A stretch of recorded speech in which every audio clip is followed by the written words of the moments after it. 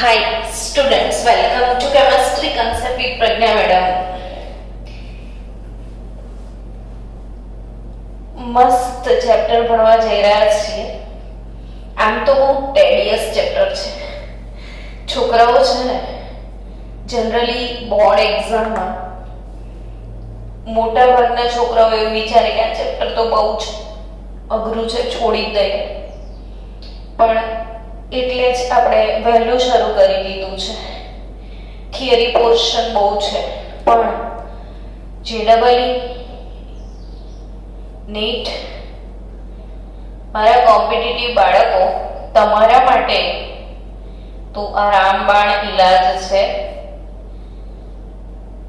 જોરદાર આમાંથી ક્વેશ્ચન આવે જ. બ્લોક કેમેસ્ટ્રી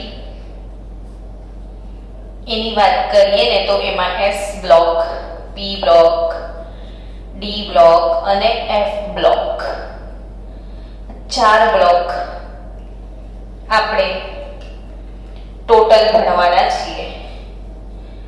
અત્યારે D and F block chapter શરૂ કરીશું. પછી પી બ્લોક 11th નું ને 12th નું રનિંગ 13, 14 થી ચાલુ કરીશું આખું. એટલે ફૂલ્લી પી બ્લોક સુધી જઈશું. એટલે થિયરી પોર્શન આખો કવર થઈ જાય આ મંથમાં, એવું ટ્રાય કરી. કારણ કે બ્લોક કેમેસ્ટ્રીમાંથી 5 થી 7 ક્વેશ્ચન આવશે નીટમાં, ને 7 ક્વેશ્ચન એટલે સમજો કે 30 માર્ક્સ જેટલો વેટેજ તમારો બ્લોક કેમેસ્ટ્રીનો રહેશે. ને બ્લોક કેમેસ્ટ્રી એ બાળકોનું પાવરફુલ હશે જેમનું આવર્ત કોષ્ટક અને 11મા ધોરણનું પ્રકરણ નંબર 3, 11thમાં પ્રકરણ નંબર 3 જેટલું પાવરફુલ એટલું સમજી લો તમે કે આ ચેપ્ટર તમારું મજાનું જશે. બચ્ચાઓ, આજથી શરૂ કરીએ છીએ આપણે chapter 8 D and A block. એમાં ટોપિક 8.3 ત્યાંથી આપણે શરૂ કરીશું. કેમ તો કે એની ઇલેક્ટ્રોન રચના, આવર્ત કોષ્ટકમાં ડી અને એફ વિભાગના તત્વોનું સ્થાન, એ વિડિયો ઓલરેડી મેં તમને આપી દીધા છે 3. તો હવે આપણે 8.3.1 ટોપિક છે ભૌતિક ગુણધર્મો. ભૌતિક ગુણધર્મોની વાત કરીએ ચલો આપણે. તો ડી અને એફ વિભાગના તત્વો એની ભૌતિક ગુણધર્મો. હવે આપણે વારંવાર એવું બોલીએ છીએ કે ડી અને એફ વિભાગ, તો ડી વિભાગના તત્વોને સક્રાંતિ ધાતુઓ કહીએ છીએ. સક્રાંતિ ધાતુઓ એટલે અહીંયા શબ્દ આવ્યો ધાતુઓ. ધાતુઓ એટલે આ ડી વિભાગ જે છે, આ તમે સમજી રહ્યા છો કે આવર્ત કોષ્ટક હોય એટલે શરૂઆતમાં કયો વિભાગ આવે તો કે એસ વિભાગ, પછી ડી વિભાગ, પછી પી વિભાગ આવતો હોય છે. હવે એસ વિભાગના જે તત્વો છે એમાં તો તમે બોલતા હોવ છો ને વારંવાર કે આલ્કલી ધાતુઓ. આ ગ્રુપ નંબર 1 આલ્કલી ધાતુઓ. આના માટે તમે બોલતા હોય છે આલ્કલાઇન અર્થ તત્વો. આલ્કલાઇન અર્થ તત્વો એટલે એસ વિભાગ ના જે તત્વો છે એમાં ધાત્વીય લક્ષણ તો છે જ, બધી ધાતુઓ જ. પણ બાળકો, આ ડી વિભાગ છે ને, એસ વિભાગમાં તો તમે દેખશો ને તો હાઇડ્રોજન કે હિલિયમ આવતા હોય છે. તો હાઇડ્રોજનને આપણે ધાતુમાં ગણતા નથી. પણ ડી વિભાગની તો વાત કરીએ ને તો તમામે તમામ તત્વો જબરજસ્ત ધાત્વીય લક્ષણ ધરાવે છે. એટલે એક વસ્તુ યાદ રાખજો કે એસ વિભાગના તત્વોમાં જે ધાત્વીય લક્ષણ છે એના કરતા ડી વિભાગના તત્વોનો ધાત્વીય લક્ષણ બહુ જ વધારે છે.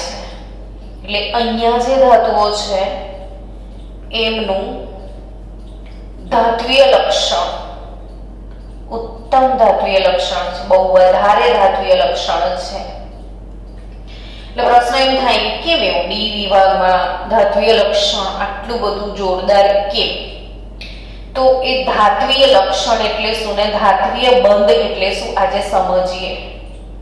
દોસ્તો, અત્યાર સુધી બંધ એટલે આપણે ઘણી બધી વાર વાત કરી છે કે જ્યારે ઇલેક્ટ્રોનની આપલે થાય, ઇલેક્ટ્રોનની આપલે થાય.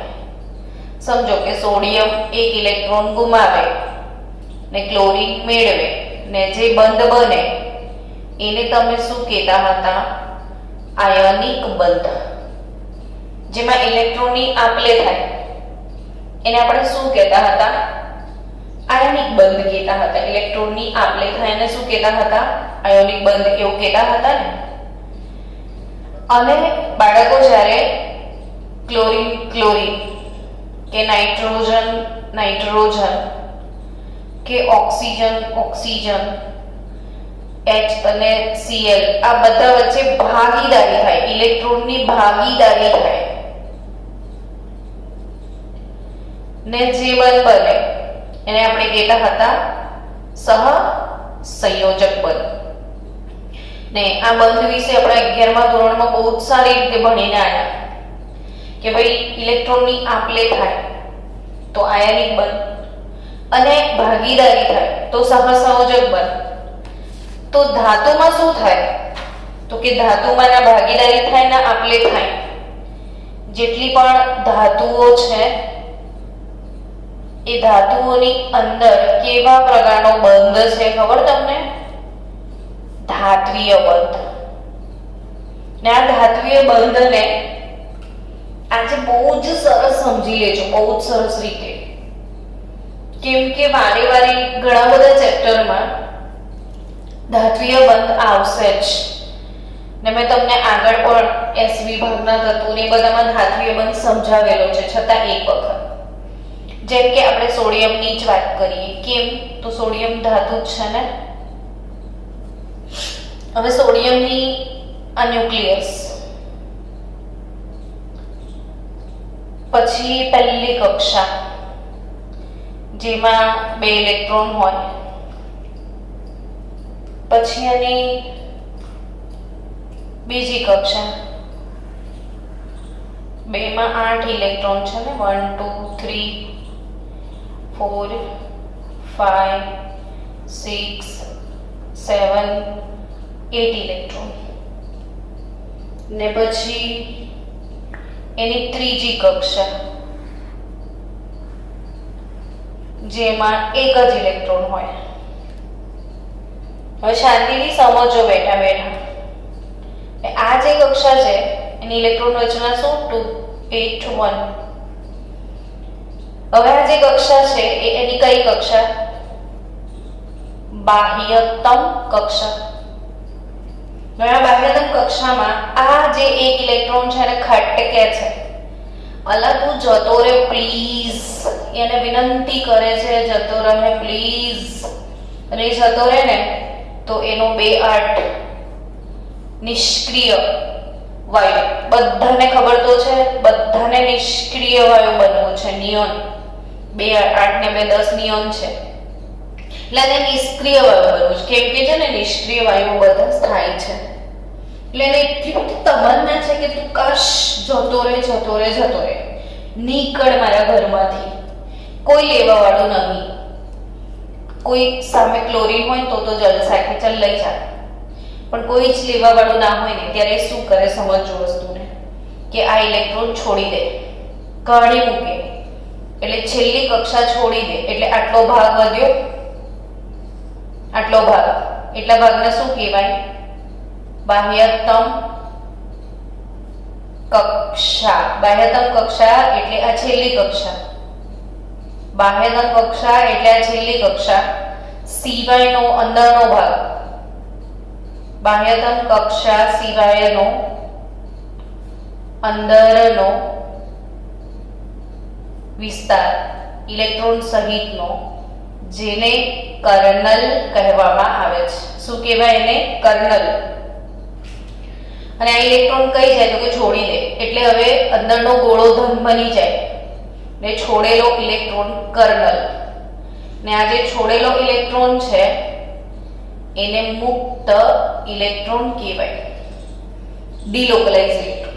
એવા જેટલા પણ સોડિયમ પરમાણુ છે એ બધા જ આવી કર્નલ બનાવી દે અને બધા જ લોકો એક એક ઇલેક્ટ્રોનને આવી રીતે છોડી મૂકે.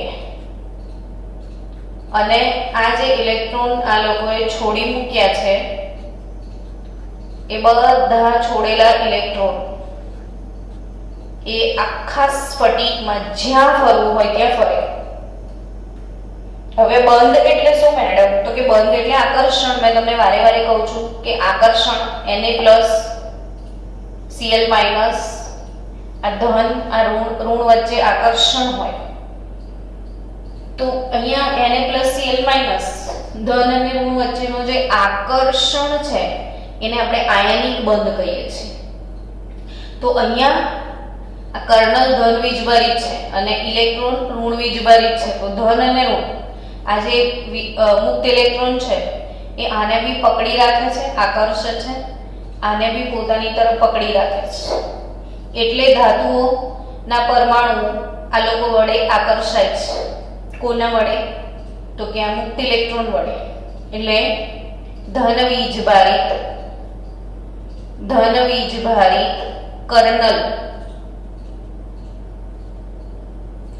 અને ડિલોકલાઇઝ્ડ એટલે કે મુક્ત ઇલેક્ટ્રોન વચ્ચેના આકર્ષણ બળને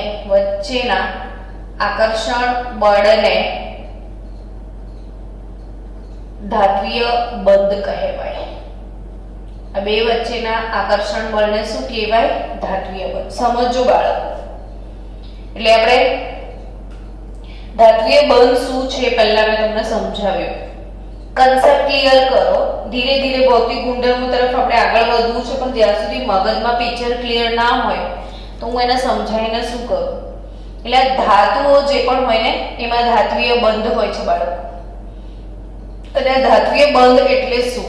તો કે ધાતુઓમાં એના પરમાણુ છેલ્લી કક્ષાના ઇલેક્ટ્રોનને છોડી દે અને અંદરનો ભાગ એક ગોળો બની જાય, જેને કર્નલ કહેવાય. અને આ કર્નલ અને છોડેલા ઇલેક્ટ્રોન એના વચ્ચે જે આકર્ષણ બળ પેદા થાય એ આકર્ષણ બળને ધાત્વીય બંધ કહેવાય. એટલે ધન વીજભારિત કર્નલ અને આ મુક્ત ઇલેક્ટ્રોન વચ્ચેના આકર્ષણ બળને ધાત્વીય બંધ કહેવાય. હવે વિચારો કે આવા મુક્ત ઇલેક્ટ્રોન સમૂહ 1 ની ધાતુઓ હશે ને, તો સમૂહ 1 ની ધાતુઓની સામાન્ય ઇલેક્ટ્રોન રચના NS1 અને સમૂહ 2 જે છે એની સામાન્ય ઇલેક્ટ્રોન રચના NS2. તો સમૂહ 1 ની જે ધાતુઓ છે લી, ના, કી, રપ્સે, ફરિયાદ, એમની છેલ્લી કક્ષામાં એક જ ઇલેક્ટ્રોન છે એટલે એ લોકો એક ઇલેક્ટ્રોનને છોડે અને સમૂહ 2 વાળી 2 ઇલેક્ટ્રોનને છોડે. તો સમજો કે પહેલા સમૂહ કરતા બીજા સમૂહની જે ધાતુઓ છે એમાં ધાત્વીય લક્ષણ વધારે હશે. જેટલા બાહ્યતમ કક્ષામાં ઇલેક્ટ્રોન વધારે હોય એટલો ધાત્વિક બંધ મજબૂત બને. સમૂહ 1 માં છેલ્લી કક્ષામાં એક જ ઇલેક્ટ્રોન છે એટલે એમનો ધાત્વીય બંધ નબળો છે. એટલે છેલ્લી કક્ષામાં સમજો, ફરી મેં શું કીધું, છેલ્લી કક્ષામાં જેટલા વધારે ઇલેક્ટ્રોન હોય ને એટલો ધાત્વીય બંધ બહુ જ સરસ બને. હવે આપણે તો ડિસ્કસ કરતા હતા ડી વિભાગના તત્વો, સંક્રાંતિ ધાતુઓ. અને બચ્ચાઓ આ સંક્રાંતિ ધાતુઓ છે ને, સંક્રાંતિ ધાતુઓ એટલે ડી વિભાગના તત્વો જેમની સામાન્ય ઇલેક્ટ્રોન રચના શું? તો કે એમની સામાન્ય ઇલેક્ટ્રોન રચનામાં ns2 n-1 d 1 2 10. ઓહો, કેટલા બધા ઇલેક્ટ્રોન મળે છે. જો આ લોકોની છેલ્લી કક્ષામાં જે n-1 d અને ns આ બંને કક્ષા વચ્ચે ઉર્જાનો તફાવત બહુ જ ઓછો છે. બહુ ઓછો ઉર્જાનો તફાવત છે. વધારે પડતો ઉર્જા છે જ નહીં તફાવત, એટલે માઇનોર ઉર્જાનો તફાવત છે. એટલે આ બંને વચ્ચે બંનેના ઇલેક્ટ્રોન ડિલોકલાઇઝ થાય છે. એટલે સમજો કે છેલ્લી કક્ષામાં કેટલા બધા ઇલેક્ટ્રોન મળશે. સમજ્યા તમે? એટલે ns ના 2 અને n-1 d ના પણ. એટલે સક્રાંતિ ધાતુઓમાં બાહ્યતમ કક્ષામાં d અને s ઇલેક્ટ્રોન વધારે હોવાથી તેમાં ધાત્વિય લક્ષણ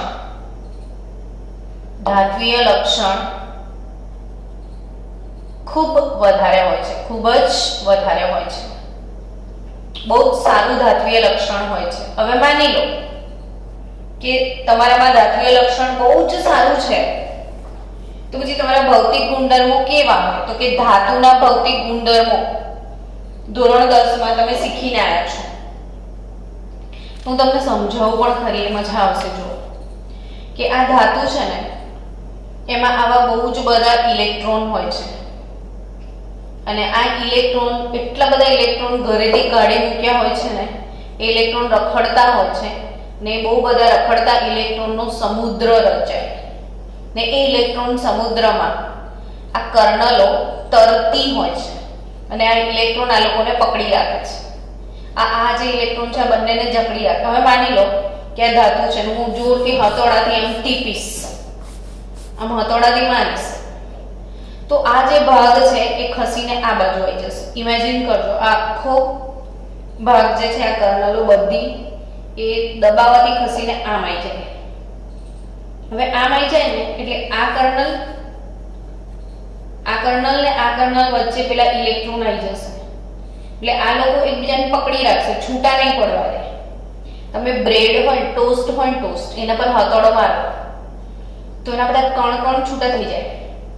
ને તમે આના પર હથોડો મારશો ને તો એ અહીં આવી જશે અને આ ઇલેક્ટ્રોનો એ બધા કણને એવા સરસ પકડી રાખે કે કદી ધાતુનો ભૂક્કો ના થાય. એટલે એના ગુણધર્મો શું? તો કે ખેંચો ના તો બી લાંબુ થાય, ટીપો ને તો બી લાંબુ થાય. અર્થાત કે એમાં ઉચ્ચ તણાવપણું હોય. ઉચ્ચ શું હોય? તણાવપણું. એટલે ધાતુને તાણો ને તો એમાંથી તાર બને. એમાં ટીપાવપણું હોય. ટીપી નાખો ને તો પતરા બને. ખેંચીને તાર બને, ટીપીને પતરા બને. દરેક ધાતુ હોય એ વિદ્યુત અને ઉષ્માની સુવાહક હોય છે. ધાતુઓ વિદ્યુત અને ઉષ્માની કેવી? સુવાહક. તો ધાતુઓ વિદ્યુત અને ઉષ્માની સુવાહક છે. બીજું, ધાતુમાં મુક્ત ઇલેક્ટ્રોનને કારણે એમને જુદા જુદા રંગ પણ મળે છે. જો સોનું પીળા રંગનું છે, તાંબુ ને પરફેક્ટ કલર છે. એટલે મુક્ત ઇલેક્ટ્રોનને કારણે ધાત્વિય ચમક હોય, રણકાર ઉત્પન્ન કરે, એને સ્પેસિફિક રંગ પણ હોય, વિદ્યુત ઉષ્માની સુવાહક હોય, તણાવપણું, ટીપાવપણું. આ બધા ધાત્વિય લક્ષણો એ એમના ભૌતિક ગુણધર્મો કહેવાય. તમે વાંચશો 8.3.1 એટલે તમને મળશે. હવે બાળકો ધીરે ધીરે એમાં આગળ વધી આપણે કે આ ધાતુ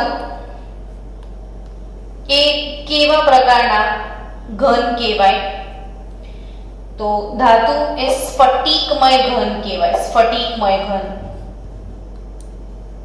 અને આ જે સ્ફટિકમય ઘન છે એને ચોક્કસ પ્રકારના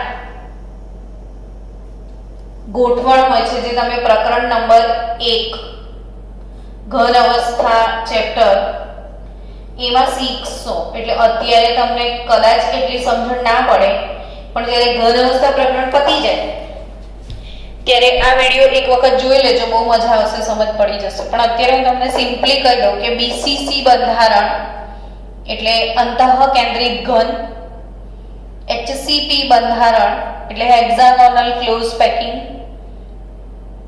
સીસીપી એટલે ક્યુબિક ક્લોઝ પેકિંગ. જે 12મા વાળા બેઠા છે, જેમને થઈ ગયું છે, એમને બહુ મજા આવતી હશે, કમ્પ્લીટ સમજ પડશે બીસીસી, એચસીપી, સીસીપી એટલે શું.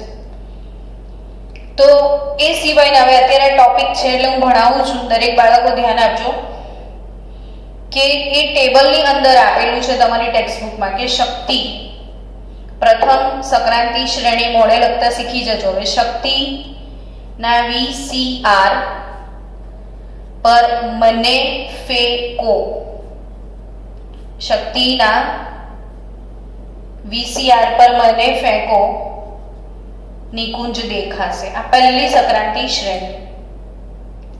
બીજી સંક્રાંતિ શ્રેણી શું છે? તો કે વાય ઝરીના બી મોટી સી, वाय जरीना बी मोटी सी, रो रो के पेड़ पे आज चढ़ती है. वाय जरीना बी नहीं, मैं यारी, मैं शू सिखायेलू बीजी पोएम सिखायेली है कि यारी जरूर निभाना मौत तक, रुकावट राह में पड़े तो आगे चढ़ो.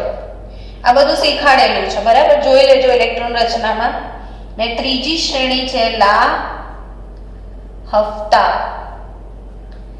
લા હફતા વરના रोज इधर पिटाई और होगी. ला हफ्ता वरना रोज इधर पिटाई और होगी. ત્રણે ત્રણ શ્રેણી મોડે થઈ જવી જોઈએ. જેમ જેમ ચેપ્ટર આગળ ચાલશે એમ એમ તમને આઈડિયા આવશે કે અરે બાપ રે, જ્યાં સુધી આવડ કોષ્ટક નથી કરતા મોડે ત્યાં સુધી અમારું કંઈ થવાનું નથી. એટલે જ આપણે 11thમાં કોમ્પિટિશન રાખી હતી છોકરાઓ કે ભાઈ પહેલા 5 મિનિટમાં આવડ કોષ્ટક તૈયાર કરતા શીખી જાઓ. કીધું તું ને આવું.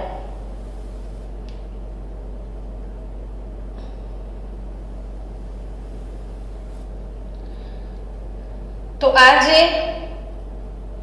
श्रेणियों है शक्तिना VCR पर मने फेंको, यारी जरूर निभाना मौत तक, ला हफ्ता वरना रोज इधर पिटाई और होगी. आ लोकोना बंधारण केवा छे?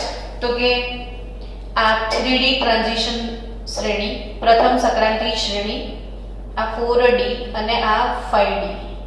आ प्रथम, आ द्वितीय अने तृतीय संक्रांति श्रेणी.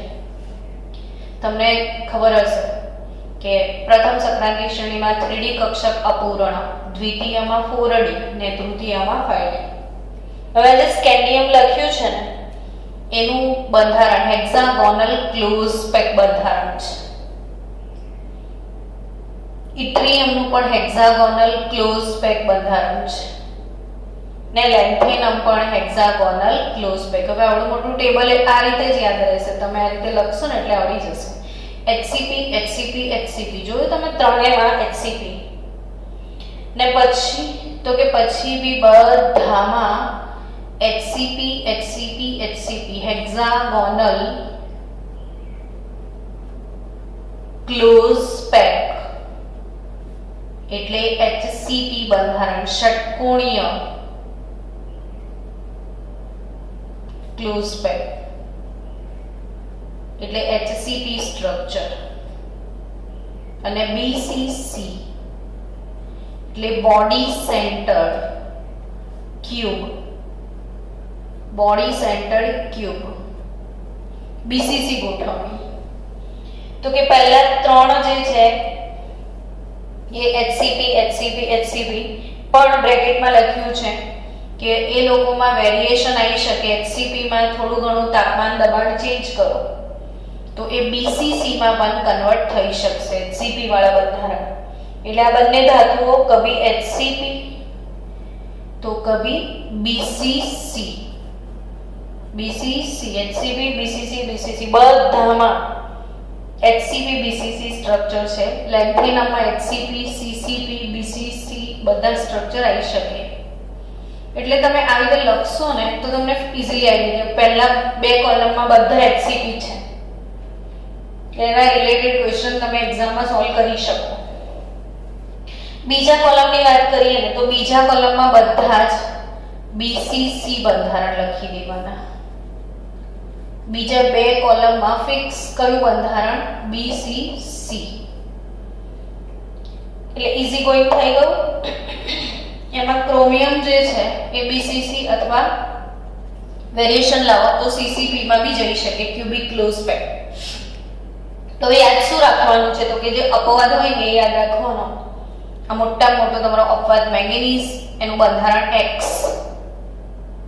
અને X એટલે જેટલા અત્યાર સુધીના ધાતુના બંધારણો શોધાયા છે એમાંથી કોઈ નહીં, કંઈક જુદી જ દુનિયાનું બંધારણ એટલે વિશિષ્ટ બંધારણ ધરાવે છે મેંગેનીઝ, જે બધી ધાતુથી અલગ. X, મેંગેનીઝનું X. અને બીજા અપવાદ તરીકે X છે ઝિંક, કેડમિયમ અને મર્ક્યુરી. તો એ યાદ રાખવાનું છે કે ઝિંક, કેડમિયમ અને મર્ક્યુરી આ બધામાં D10 ઇલેક્ટ્રોન રચના છે. એટલે ધાત્વિય બંધ ખૂબ જ નિર્બળ હોય, પાસે નિર્બળ ધાત્વિય બંધ હોય. ડી ના ઇલેક્ટ્રોન બંધ બનાવવામાં ભાગ લેતા નથી, એટલે નિર્બળ ધાત્વિય બંધ, આરામથી તૂટી જાય એવો ધાત્વિય બંધ છે. તેમનો ધાત્વિય બંધ બહુ જ નિર્બળ છે એટલે એનું બંધારણ વિશિષ્ટ છે ને એક મેંગેનીઝનું પણ વિશિષ્ટ છે. તો અહીં zinc, cadmium, manganese, zinc, cadmium, manganese અને મર્ક્યુરી આ ત્રણ D10, આ ત્રણ D5 વિશિષ્ટ સ્થાયીતા એમાં બી અર્ધપૂર્ણ સ્થાયીતા. એટલે આ X બંધારણ છે આટલા. એ સિવાય હવે પહેલામાં બંને કોલમમાં HCP પછી BCC લખ્યું, તો હવે શું લખશો?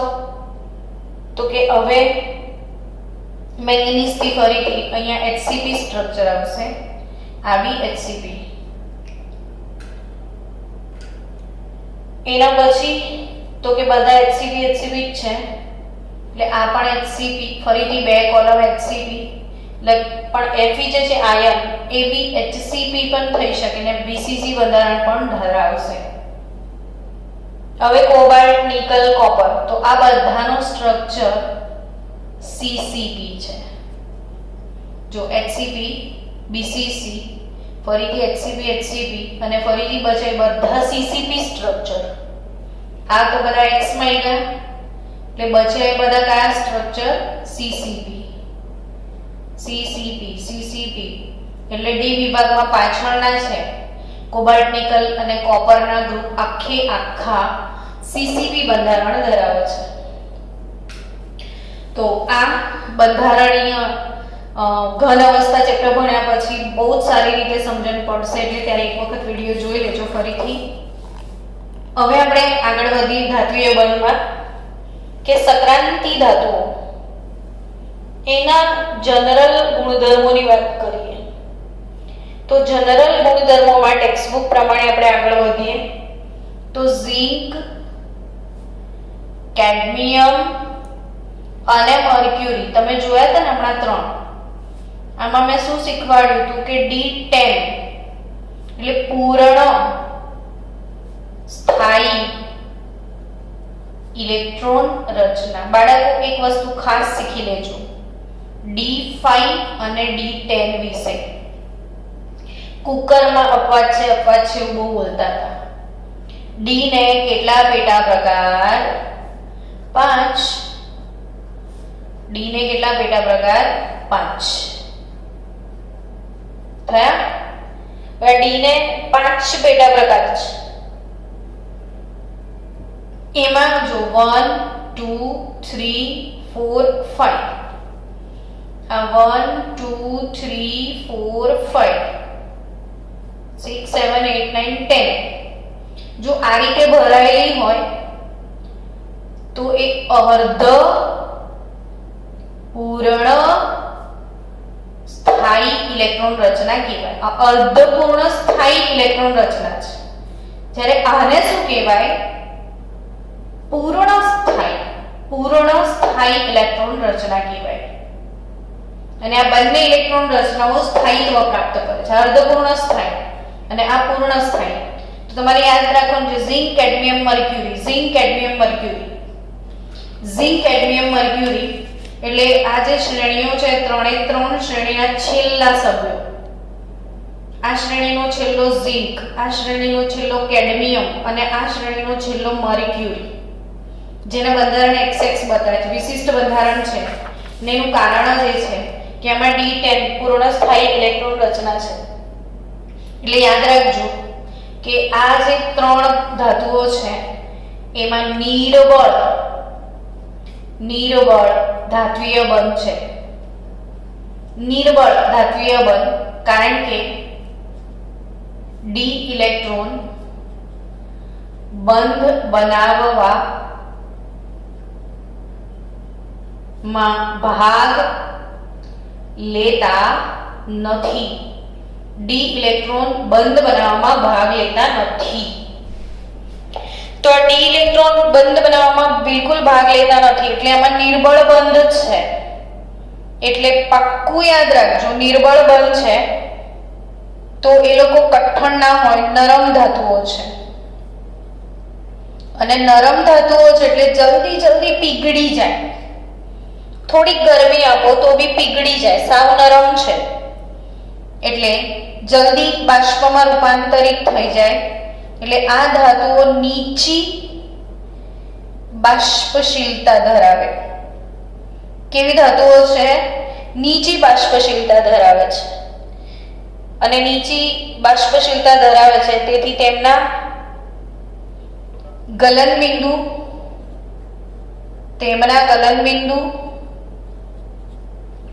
અને ઉત્કલન બિંદુ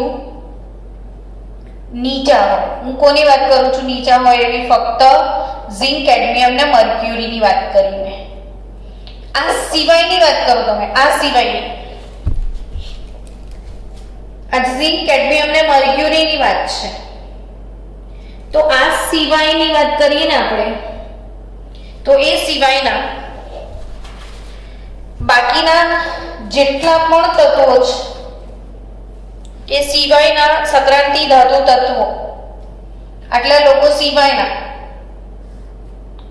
તમામ સંક્રાંતિ તત્વો એ પ્રબળ ધાત્વિય બંધ ધરાવે.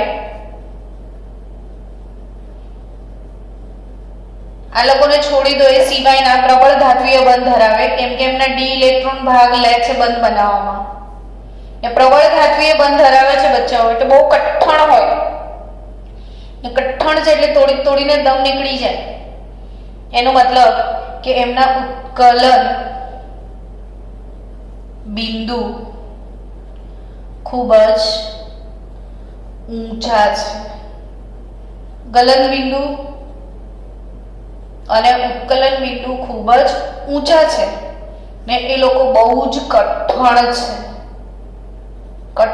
છે. કોણ? સંક્રાંતિ ધાતુઓ બધી કઠણ હોય, ઊંચા ઉત્કલન બિંદુ હોય, નીચી બાષ્પશીલતા ધરાવે. નીચી બાષ્પશીલતા, આ ઝિંક કેડમિયમ ને મર્ક્યુરીની ઊંચી બાષ્પશીલતા, સોરી આ જલ્દી પીગળી જાય. એ સિવાયના બધાની નીચી બાષ્પશીલતા. કઠણ હોય એટલે નીચી બાષ્પશીલતા, જલ્દી બાષ્પ ના બને. આ લોકોની બાષ્પ જલ્દી બની જાય. તો એમના જે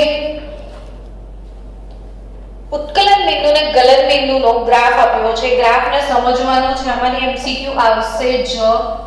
આખો ગ્રાફ તમે પણ મારી સાથે દોરજો, બહુ જ મજા આવશે. અને આ ગ્રાફ તમારે હંમેશા જાતે દોરવાનો. તો ગ્રાફ દોરવાથી મોટા ભાગના કન્સેપ્ટ તમારા ક્લિયર થઈ જાય. પરમાણુ ક્રમાંક, પરમાણુ ક્રમાંક Z. અહીંયા લખીશું ગલન બિંદુ ને ગલન બિંદુ 10³ કેલ્વિન પાવરમાં. ગલન બિંદુ કયા પાવરમાં? 10³ કેલ્વિન પાવરમાં. હવે અમારી ઘણી બધી વસ્તુઓ શીખવા મળશે, ધ્યાન આપજો. આપણે દોરીએ પહેલા પ્રથમ સંક્રાંતિ શ્રેણીમાં ટિટેનિયમ, ટિટેનિયમ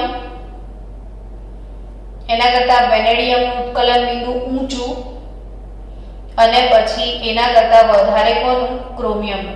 એટલે ટિટેનિયમ, વેનેડિયમ અને ક્રોમિયમ. શું સમજ્યા? તો ક્રોમિયમનું ઉત્કલન બિંદુ ઊંચું છે. હવે કેમ ઊંચું છે એ સમજીએ. તો કે ક્રોમિયમ એટલે ફટાફટ યાદ આવવું જોઈએ, શક્તિ VCr 24 નંબર. 24 નંબર એટલે એની ઇલેક્ટ્રોન રચના 3d5 4s1. હવે 3d5 એટલે d ના અંદર 5 ઇલેક્ટ્રોન થયા ને 4s માં 1 ઇલેક્ટ્રોન. એટલે ક્રોમિયમમાં 1 2 3 4 5 અને 6 કુલ 6 ઇલેક્ટ્રોન અયુગ્મિત છે. અને જેટલા અયુગ્મિત ઇલેક્ટ્રોન વધારે, જેટલા અયુગ્મિત ઇલેક્ટ્રોન વધારે એટલો ધાત્વિય બંધ પ્રબળ, જોરદાર ધાત્વિય બંધ હોય. અને બહુ પ્રબળ એટલે ધાતુ બહુ જ કઠણ, ને બહુ જ કઠણ એટલે ધાતુ જલ્દી તૂટે નહીં. એટલે એનું ગલન બિંદુ, ઉત્કલન બિંદુ બહુ જ ઊંચું જો TVCr. Cr માં મહત્તમ ઇલેક્ટ્રોન છે. પણ મેંગેનીઝમાં ડ્રોપ મળશે, એટલે અપવાદ તરીકે મેંગેનીઝનું ગલન બિંદુ ટિટેનિયમ કરતા પણ બહુ નીચે છે. તો હવે કેમ મેંગેનીઝમાં આવું છે? તો કે મેંગેનીઝમાં D5 અર્ધ પૂર્ણ સ્થાયી ઇલેક્ટ્રોન રચના છે. એટલે ફક્ત S ના ઇલેક્ટ્રોન, આમાં S ને D બંનેના ઇલેક્ટ્રોન ભાગ લે છે બંધ બનાવવામાં. જ્યારે આમાં ફક્ત S, મેંગેનીઝમાં ફક્ત S ઇલેક્ટ્રોન ધાત્વિક બંધ બનાવે, D ના ના બનાવે. એટલે એનો ડ્રોપ થઈ ગયો. ઉત્કલન બિંદુ મેંગેનીઝનું ઘટી ગયું.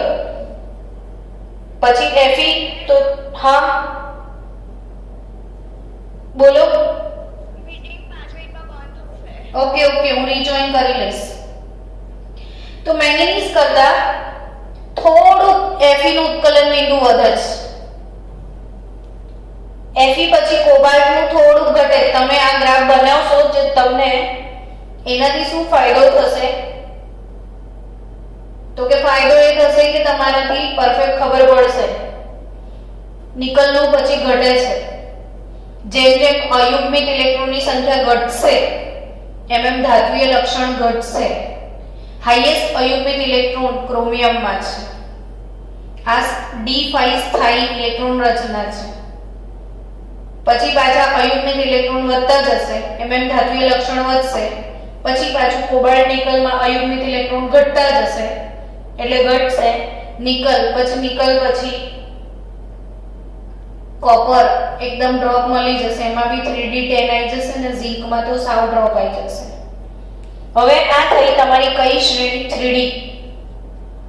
3d પછી કઈ શ્રેણી? તો કે 4d આવે. 3d પછી કઈ શ્રેણી આવે? 4d. તો ઝિર્કોનિયમ,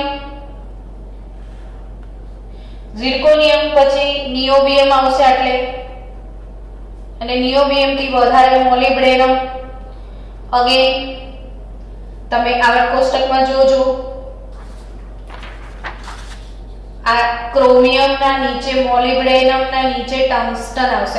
આ ગ્રુપ જ એવો છે, છઠ્ઠા નંબરનો 6 નંબરનો ગ્રુપ છે ક્રોમિયમનો. ક્રીમ મુહાસો વાલી, ક્રીમ મુહાસો વાલી, શું યાદ રાખશો? ક્રીમ મુહાસો વાલી, પિમ્પલ પર લગાવવા વાળી જે ક્રીમ છે, ક્રીમ મુહાસો વાલી એટલે ટોપ મોસ્ટ ઉત્કલન બિંદુ. આ જી નીટ વાળા બાળકો રામબાણ ઇલાજ, રામબાણ વસ્તુ આપી છે, મેં યાદ રાખજો. ક્રીમ મુહાસો વાલી.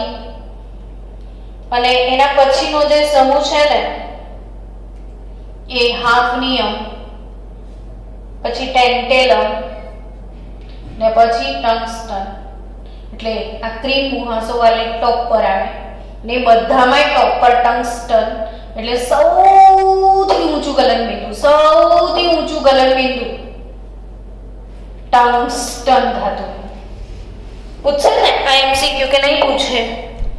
તો હાઈએસ્ટ ગલનબિંદુ ડી વિભાગના તત્વોમાં ઊંચામાં ઊંચું ગલનબિંદુ ટંગસ્ટન. ટંગસ્ટન પછી રેનિયમ, એ ત્યાં મોલિબ્ડેનમ પછી કોણ આવશે? તો કે મોલિબ્ડેનમ પછી ટેક્નિશિયમમાં ડ્રોપ મળશે, જેમ અહીંયા પછી Mn માં મળે છે. પછી પાછું Fe વધે છે, એમ રુથેનિયમ વધશે. પછી પાછા અયુગ્મિત ઇલેક્ટ્રોન રોડિયમમાં ઘટી ગયા, પેલેડિયમમાં ઘટી જશે ને નીચે ગોલ્ડ એવું આવી જશે. એમ રેનિયમ પછી ઓસ્મિયમ પછી ઇરિડિયમ પછી પ્લેટિનમ પછી એવું. એટલે આ રીતના આ ઉત્કલન બિંદુનો ગ્રાફ તમારે દોરવાનો, ગલન બિંદુનો. તો ગલન બિંદુ ઉત્કલન બિંદુનો ગ્રાફ દોરવાથી જ બધા જ કન્સેપ્ટ મગજમાં કમ્પ્લીટ સેટ થઈ જાય કે ક્રીમ મુહાસો વાલી આ બધા D5 નહીં, મહત્તમ અનપેડ ઇલેક્ટ્રોન વાળા છે, મહત્તમ અયુગ્મિત ઇલેક્ટ્રોન.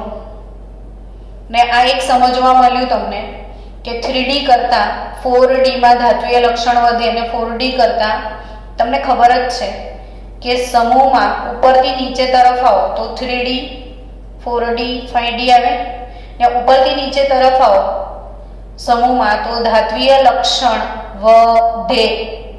સમૂહમાં ઉપરથી નીચે તરફ આવો તો ધાત્વીય લક્ષણ વધે. તો આ લોકોનો ધાત્વીય લક્ષણ વધે એટલે એમના ગલન બિંદુ કેટલા બધા જમ્પ મારે છે. એટલે આખા આવટ કોષ્ટકમાં હાઈએસ્ટ ગલનબિંદુ ટંગસ્ટન નો છે. તો બાળકો ક્રીમ મુહાસો વાલી શું યાદ રાખવાનું છે? ક્રીમ મુહાસો વાલી.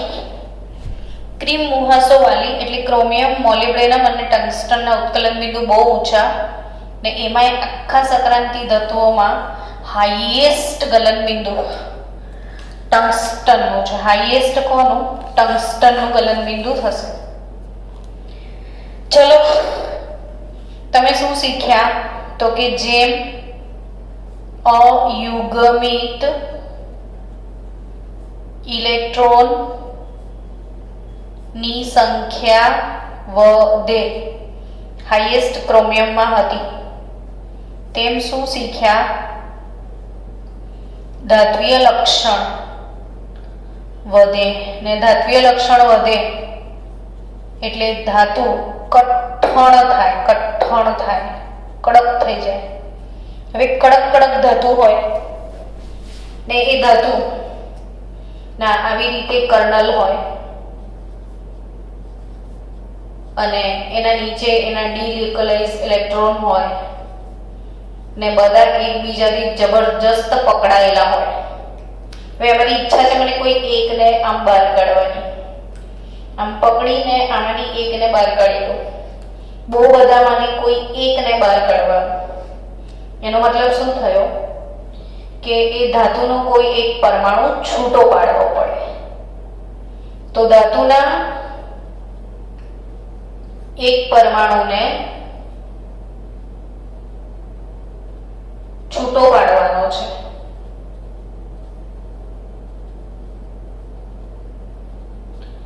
આપવી પડતી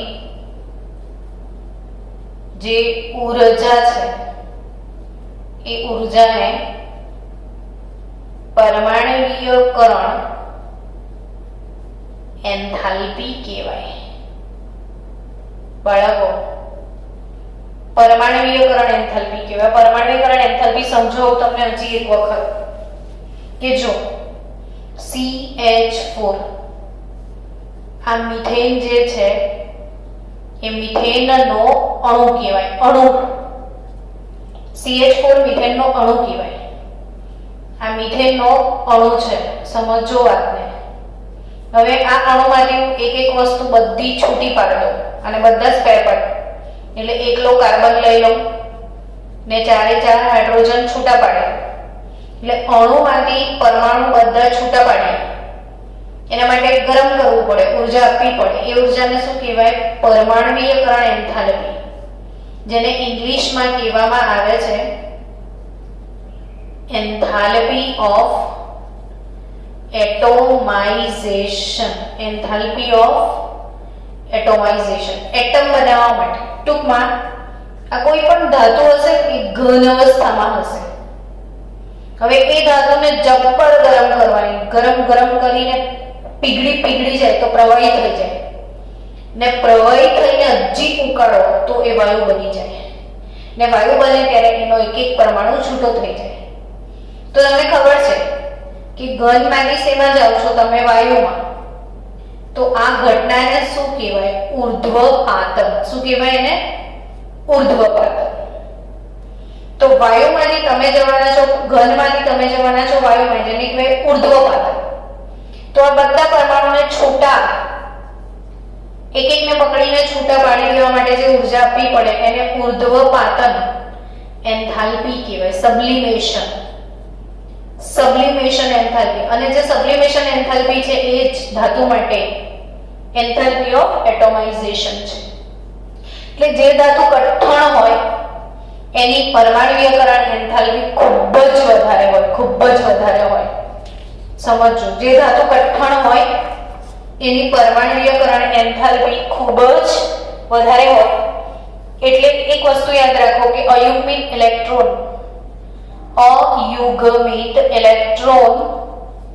વધુ તો એની પરમાણ્વીયકરણ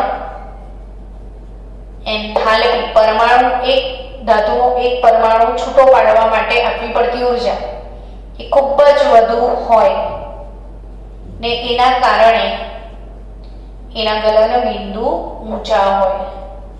તો હવે ખાસ યાદ રાખજો કે ઝિંક, કેડમિયમ અને મર્ક્યુરી આ ત્રણની એન્થાલ્પી ઓફ એટોમાઇઝેશન એટલે પરમાણ્વીયકરણ એન્થાલ્પી ખૂબ જ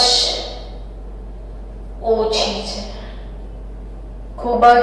છે. જ્યારે ક્રોમિયમ, ક્રીમ મુહાસો વાળી